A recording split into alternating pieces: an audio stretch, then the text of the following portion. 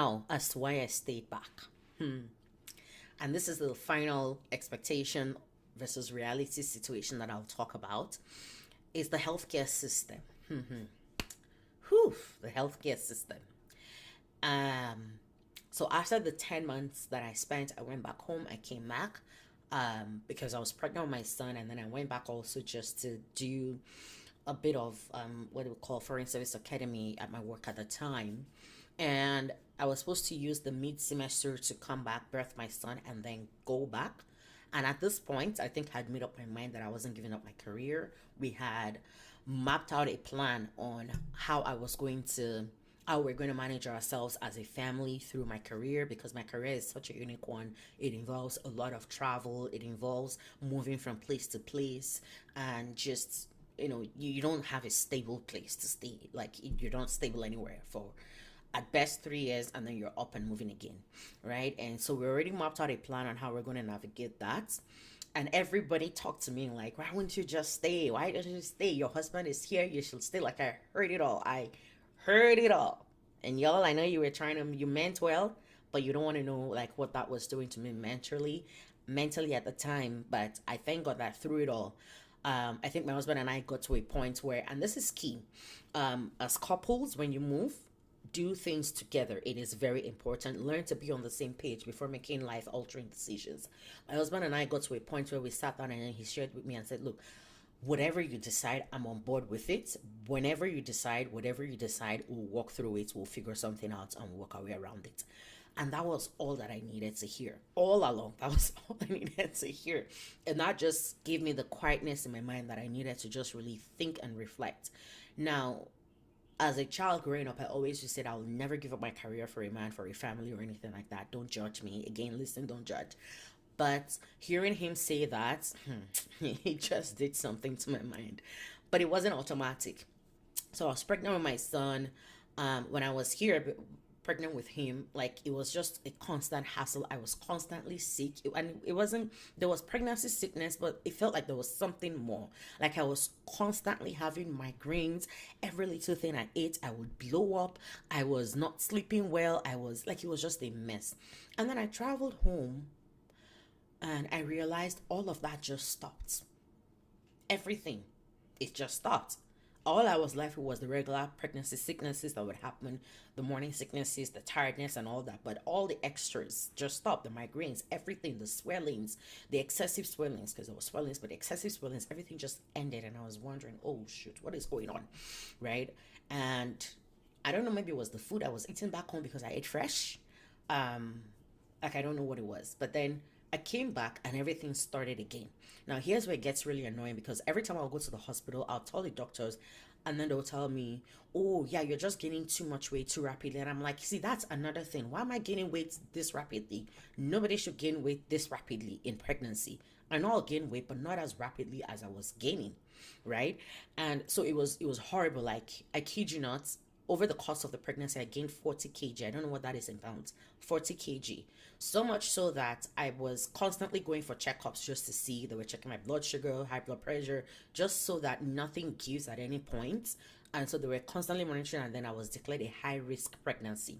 And so I was told that you're going to have a C-section because you're gaining weight, your baby is gaining weight. It's too rapid, right? There was no problem with gaining weight, but it was too rapid and was happening too much. Nobody could explain what was going on. That's fine. I'm not even upset. And then I go and I have my baby. First of all, I did warn them. Morphine and I, we have an interesting relationship. You give me a little and I'm out, out, out. Like, my first daughter, I had a near death experience. My first child, I had a near death experience. It was hard. I wasn't reviving, and they were trying to revive me, and nothing was happening. Nothing was working. The morphine was refusing to wear out, and they were not sure what was going on. And like, legit, on my own end, I was gone, gone, gone. Like, I knew I was gone. But anyway, that's another story for another day. Probably doesn't align with this. And so the same thing happened. I was supposed to be awake, but I slept off. And I could hear the doctor saying to my husband, talk to her. She needs to come back. Somebody wake her up. And I don't know, they were doing all manner of things, but I was just sort of going. I was gone, like, gone again, gone. And eventually, thank God, I came back alive. Alive, obviously, still here. But after that, first things first, I kept telling them something was off with my baby. Nobody paid attention. Secondly, I had a nurse who was supposed to take care of me, and then she would come in and tell me that I needed to take out my own catheter. That's what you guys call it, right? Health professionals. I needed to get out my own catheter. And I was, whatever that is, I was doing it. And then one of the nurse came in the next morning and saw me doing that. And she was like, "What are you doing?" And I said, "I'm taking out the catheter, I'm taking out my bedpans and all of that." And she was like, "You're a patient, you're not supposed to do that. Who told you to do that?" And I told her, now, this new nurse is a black woman. The other one was a white woman. Like, it's not a black or white thing. That's not what this is about. But it was just the way and manner in which that nurse treated me. It was completely out of line. Now, in hindsight, I probably should have said something. I probably should have flagged that, and I probably should have raised it all the way, and I didn't, and I'm sorry that I didn't, right? But again, in that time, like with everything that was going on for me, with me, within me, it was the least of my problem. Like, I didn't care. I was just grateful to be alive, first of all. But for me, it really started to leave a really bad taste in my mouth with the Canadian health system. And then I kept telling them something was wrong with my baby. He wasn't crying. Nobody paid attention until I think a doctor, again, another doctor, the doctor came that birthed the baby, because it was a Nigerian doctor. Shout out Dr. Donlawa. Thank you so much. He birthed my baby, and he was so kind, so good to us. And he came in, just to check in on him. It's not usual for Ghanaians. I don't know if it's usual for Ghanaians to do that. I think usually it's a doctor that comes in, but he came in to see us again. And he said something is not right. And then they had to call in a pediatrician to come. And it turned out I was right. He wasn't crying because his tongue was, I don't know what they call it medically, but tied up. And so they had to cut that out. And when they cut that out, he started crying and he was fine. All they needed to do was just pay attention. I want to say this to someone: learn to advocate for yourself. Canada is a land where you have to learn to advocate for yourself. Thankfully, they resolved that. Now, I wasn't lactating, so they said, you know what? I wasn't lactating, so they said, you know what? We are going to give you some medication to help you with that. And I'm like, okay, that's fine. That's cool by me. I really don't mind. And so they gave me they gave me a prescription, and I went to the pharmacy to get the prescription. On my way, after they had released us from the hospital, we just stopped over at the pharmacy to get the prescription. I was in a lot of pain, so they had given me, like, I literally had like maybe, I'm sure I had up to a dozen medication from all the different things that they found that was wrong with me, and all the potential take these just in case and all of that, whatever. And then I went to the pharmacist, got the prescription, went back home. The pharmacist said, "Hey, look, I'm not trying to be intrusive or anything, but I just thought I should tell you, and I don't know why I'm telling you this. This isn't my place to do, so please, if anything, please don't be mad at me." And she said, "I just want to advise you, this medication that they're giving you for lactation, I think it's overboard. But if you must take it, you should take," the prescription they gave me was 2 tablets 4 times a day. And she said, if you must take it, you should start with half tablets 3 times a day. They gave me 4 times a day. She said, start with half, not half as in 2 divided by 1 or 2.5. No, like one of the tablets into half 3 times a day. And then let your body tell you if you need more or less, and go from there. And I said, okay. I got in the car. I was talking to my husband about it. My husband and I were going in the car. We were talking about it. And he said, well, I think we should go with what the pharmacist said, because who knows, right? It doesn't hurt. What's the worst case that will happen is that you realize you need more, you take more. Then you start all the way from the beginning. People, I took just a half. Just a half. And all I knew was at some point, I couldn't sleep. I woke up, walked to my to my kitchen. I was trying to get water, and that was all I remembered. By the time I opened my eyes, I was on the floor. I was curled up on the floor, and I couldn't breathe. I didn't know for how long I was out there. It was the middle of the night. Everybody was asleep. I have a baby who would sleep through the nights, or maybe wake up just once to eat, and then he's back to sleeping. So everybody could really sleep peacefully in the house, even though there was a baby. I was completely out.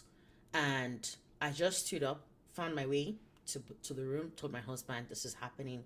We didn't figure out. Luckily, my sister-in-law was around. She's a medical doctor, so she just sort of, I think she gave me something and said, okay, take this, take that, and then let's see if that helps. And it did. And then the next day, we had this home nurses come in, and the nurse checked everything, and she said, where's your husband? I said, he's at work. And she said, call him, he needs to come home. And next thing, she's calling the ER and telling them I'm sending a patient, and then she starts describing what it is with the patient. Remember, my sister-in-law is around, she's a medical doctor. She didn't know that, the nurse didn't know that at the time. And so my sister-in-law was hearing the conversation as she was on the phone, and she just starts praying. And she was like, nope, we're not gonna cry, we're not gonna go through anything. And my mother-in-law was around her, and she was like, what's going on, what's going on, what's going on? I'm there wondering what's going on, like, I'm here, talk to me. And then she looks at me and she says, your blood pressure, first of all, is like way over the top. I'm not comfortable with this. It's like, it's a miracle that you're even still alive. You haven't slumped. Nothing has happened to you. My sister-in-law looked at the reading and she was like, okay, this is serious. So the lady said, I'm going to call an ambulance. And I said, is it really that necessary? And she was like, again, I don't know. Anything can happen at any time to you. Your whatever. She was just explaining. And then she sends us off to the ER and she just said, okay, fine, if you don't want an ambulance, that's okay. But if anything happens on your way, keep paying attention to your breathing, to this, to that. And at this point, truly, I could barely even finish a word without breathing like I'm about to die. So, and then I had this mad, constant, extreme pain in my chest and the migraines in my head. So we went off to the ER. Now, get this, even in what she described, that looked like I could literally die in a second. At least that's what she made it look like, that I could die any second. I still spent 12 hours at the ER. 12 hours. And they told me anything can literally happen to me at any point. And I still spent 12 hours. Apparently, I was not dying quickly enough for the Canadian healthcare system. And so eventually I got seen, and I think it turned out that there was excess water all over my body, and then it was starting to get into my lungs as well. And I stayed there for about 3 or 4 days. Now I was on that bed. And I think at some point again, I had another nurse who gave me wrong medication. It was as if there was just something, death was just hovering around me in that season. But well, we thank God, here I am. But here's the thing. I remember laying on that bed, and I think that was the reset that I had. That was the moment that made it for me. That was the moment of decision. I remember laying in that bed, and I just started thinking back about at this point, from the time I birthed my son to this day, it was about a week and a half. And I started thinking about all the near moments with death that I've just had in less than 2 weeks. And in that moment, I just thought to myself, what if I truly died? Whether it's on that bed where they were bringing out my baby for me and I wasn't waking up, or whether it was at the point where I was crawled up on the floor and I didn't even know how long I was out for. Actually, no, I do, because I remember when I came out, I looked at the time, because there's a set time my son usually wakes up. And I looked at the time, it was somewhere around 1 something a.m. And he usually wake up at about 2-ish, 2:15, 2:30, somewhere there. So I remember coming out and I looked at the time and I was thinking, okay, maybe there's no point trying to go back to sleep. And then I wake up again at about when he wakes up. So I was telling myself, is there something I can do to distract myself and just stay up till about whenever he would wake up? And I was in that decision trying to make that. By the time I stood up from that floor at about 1 or something a.m., it was maybe like almost 2 o'clock. So it means I was just out there for over 30 minutes. Believe me, how I came back to life, I don't even know. Like, I don't even know what happened in that 30 minutes. I wasn't asleep. I was just, I was trying to get water one moment. I was trying to take medication, and the next I was gone. Like, it could have been in that moment, or maybe like in the 12-hour or whatever number of hours that the nurse had said anything could have happened to me. But I looked at all of that and I said, what if at any of those moments I really was out? What would I have done? What would I have said? What would have been said of me? That I chose a career over my family. And in that moment, I knew that. And I mean, it's easy to just assume that it was a no-brainer, your family first. But until you're really faced with that, let's have that conversation again. Because here I was, I have been in a place where I'm watching people struggle through careers. I'm watching people come in and regret their moves.